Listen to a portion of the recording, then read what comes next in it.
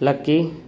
Doctor रजत ने headphone कानों में लगाए हुए अपने भतीजे लक्की यानी अविनेश से उसे काफ़ी का मग पकड़ाते हुए कहा। हाँ चाचू।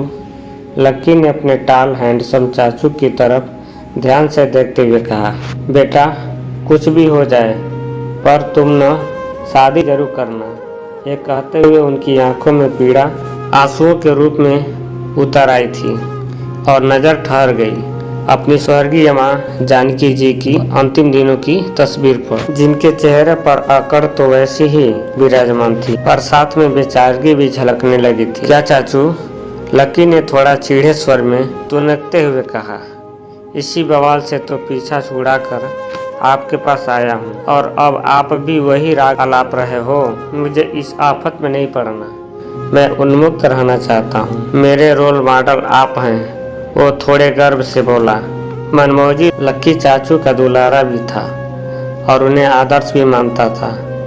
ज़रूरत से ज़्यादा उनके समक्ष चाहे वो लक्की हो या कोई भी उनके परिवार का सदस्य अच्छा बनने की कोशिश हो या नाटक अवश्य करता। प्रथम दृश्यता किसी को भी रजत के खूबसूरत जीवन से जलन हो सकती थी। शहर के पास एरिया में 600 वर्ग गज में फैले हुए अत्याधुनिक सर्व सुविधा संपन्न बंगले का अकेला उपभोक्ता, ऊपर से अविवाहित, इस अधेड़ उम्र में भी ऐसी आकर्षक देह दृष्टि कि 40 पार से ज़्यादा के न लगते। पूरे समाज और रिश्तेदारों के बीच में आदर्श और सम्मान से नाम लिया जाता कि भाई बेटा भी तो प्रभु रजत जैसा वरना निसंतान रखे। हर रिश्तेदार यह चाहता कि रजत उनके किसी बच्चे को गोद ले लें तो उसकी एक नहीं 7 पुश्तों की ज़िंदगी संवर जाए। मगर रजत सभी से एक निश्चित दूरी बनाकर रखते। यह उनकी आवश्यक भी थी और मजबूरी भी। बस लक्की ही था जो मौका पाकर उनके पास भाग आता था, अपनेपन का एकमात्र सिरा। कमरे में पसरी चुप्पी को तोड़ते हुए लक्की ने आंखें उठाकर देखा तो उसे अपने सुपरस्टार चाचू की आंखों में आंसू नजर आए। क्या यार चाचू, तुम रोते भी हो? बिल्कुल अच्छे नहीं लगते। दादी की मौत पर तो तुम्हें रोते हुए देखना सामान्य लगा पर अब अच्छा नहीं लगता। वो परेशान होकर बोला। घर में मम्मी शादी का राग अलापा करती हैं और इधर आप भी शुरू हो गए। तभी तो जान बचाकर आपके पास आ गया कि कम से कम आप तो मुझे समझोगे ही। बेटा भाभी सही कह रही हैं। सच कहूँ तो तुम भाग्यशाली हो कि वो तुम्हारी दादी की तरह स्वार्थी नहीं हो रही हैं। स्वार्थी और दादी, रजत के ये शब्द लक्की के कानों के लिए आश्चर्य से कम न थे। उसने गौर से रजत की आंखों में झांका तो उधर दफन सच्चाई उमड़ कर आंसुओं की शक्ल में बाहर आने लगी। रजत चाचू जो कि श्रवण कुमार का पर्याय माने जाते थे, दादी ने उन्हें जैसे चाह प्रयोग किया और चाचू ने उफ न की। पर चाचू माँ तो ममता का सागर होती हैं। वो अपनी संतान के लिए स्वार्थी कैसे हो सकती हैं? ये सच है पर कड़वा है कि मेरा घर संसार सिर्फ अम्मा के कारण ही न बच सका। माँ भी स्वार्थी हो सकती है लक्की। अब हैरान होने की बारी लक्की की थी। वो रजत को बच्चों की तरह गले लगाकर बोला। चाचू जब ज्वालामुखी फट गया है तो इस लावे को बह ही जाने दीजिए न। रजत ने दर्द उड़ेलना शुरू कर दिया। जब तुम्हारी मम्मी ब्याह कर आई थी तो वो घर की पहली बहू थी, संपन्न परिवार की बड़ी बहू, परंतु छोटी हैसियत के मायके की बेटी। अम्मा ने उन पर तानाशाही दिखाने में कोई कमी न की, पर जब बात भैया के स्वाभिमान की आई तो वो भाभी को लेकर अलग हो गए। इस तरह 5 बेटों में 3 ने ये हवेली छोड़कर अपनी नीड़ अलग बना ली और इधर का रुख भी न किया दोबारा। मैंने भी उम्र के कच्चेपन में कुछ गलतियां जरूर की।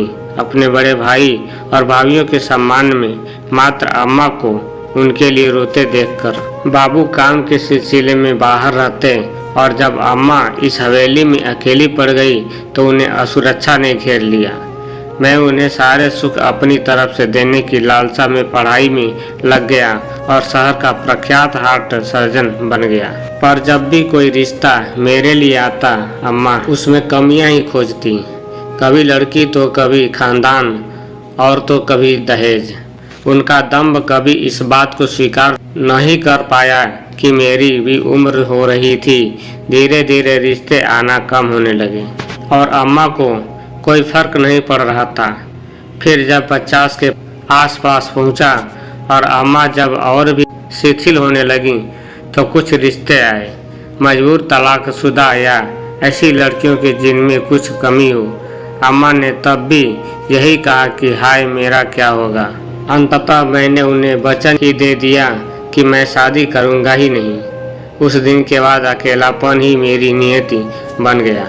न होली का रंग है, न दिवाली की रोशनी और न ही कोई हाल पूछने वाला।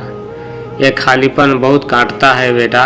आज वाकई मझले भैया की याद आती है कि अम्मा एक दिन इस हवेली में उल्लू बोलेंगे और देखना अम्मा वो दिन देखने के लिए तक जिंदा रही। अब लगता है काश मैं भी अम्मा की बांधी लक्ष्मण रेखा पार कर लेता और तुम्हारे छोटे चाचू की तरह कोर्ट मैरिज करके सूचना दी होती, तो आज मेरा दर्द बांटने वाला परिवार तो होता मेरे साथ। ये वीरान हवेली का एक रोशन कमरा मेरा भाग्य न होता। अंतिम क्षणों में अम्मा के मेरे लिए दुखी होने से क्या मेरी उम्र और मरी उमंगें लौट आती। अब लोग इंतजार में हैं मेरे मरने के या उनके किसी बच्चे को मेरे गोद लेने के फैसले के। कभी कभी निजी स्वार्थ में बड़े बच्चों के अरमानों की समाधि पर राज करते हैं लक्की। खालीपन बहुत शोर करता है। एक उम्र के बाद समझ गया चाचू। और 4 दिन बाद लक्की ने फोन करके कहा, मम्मी मैं अब शादी के लिए तैयार हूँ। दोस्तों अगर यह वीडियो पसंद आई हो तो अपने दोस्तों को शेयर करें और चैनल पर नए हो तो APS वॉइस स्टोरी चैनल को सब्सक्राइब करें और साथ में घंटी वाले बटन को जरूर दबाएं ताकि ऐसे ही अच्छी कहानियां देखने को मिलती रहें। तो आइए मिलते हैं एक नई कहानी के साथ। तब तक इजाज़त दीजिए। पूरा वीडियो देखने के लिए आपको बहुत बहुत धन्यवाद।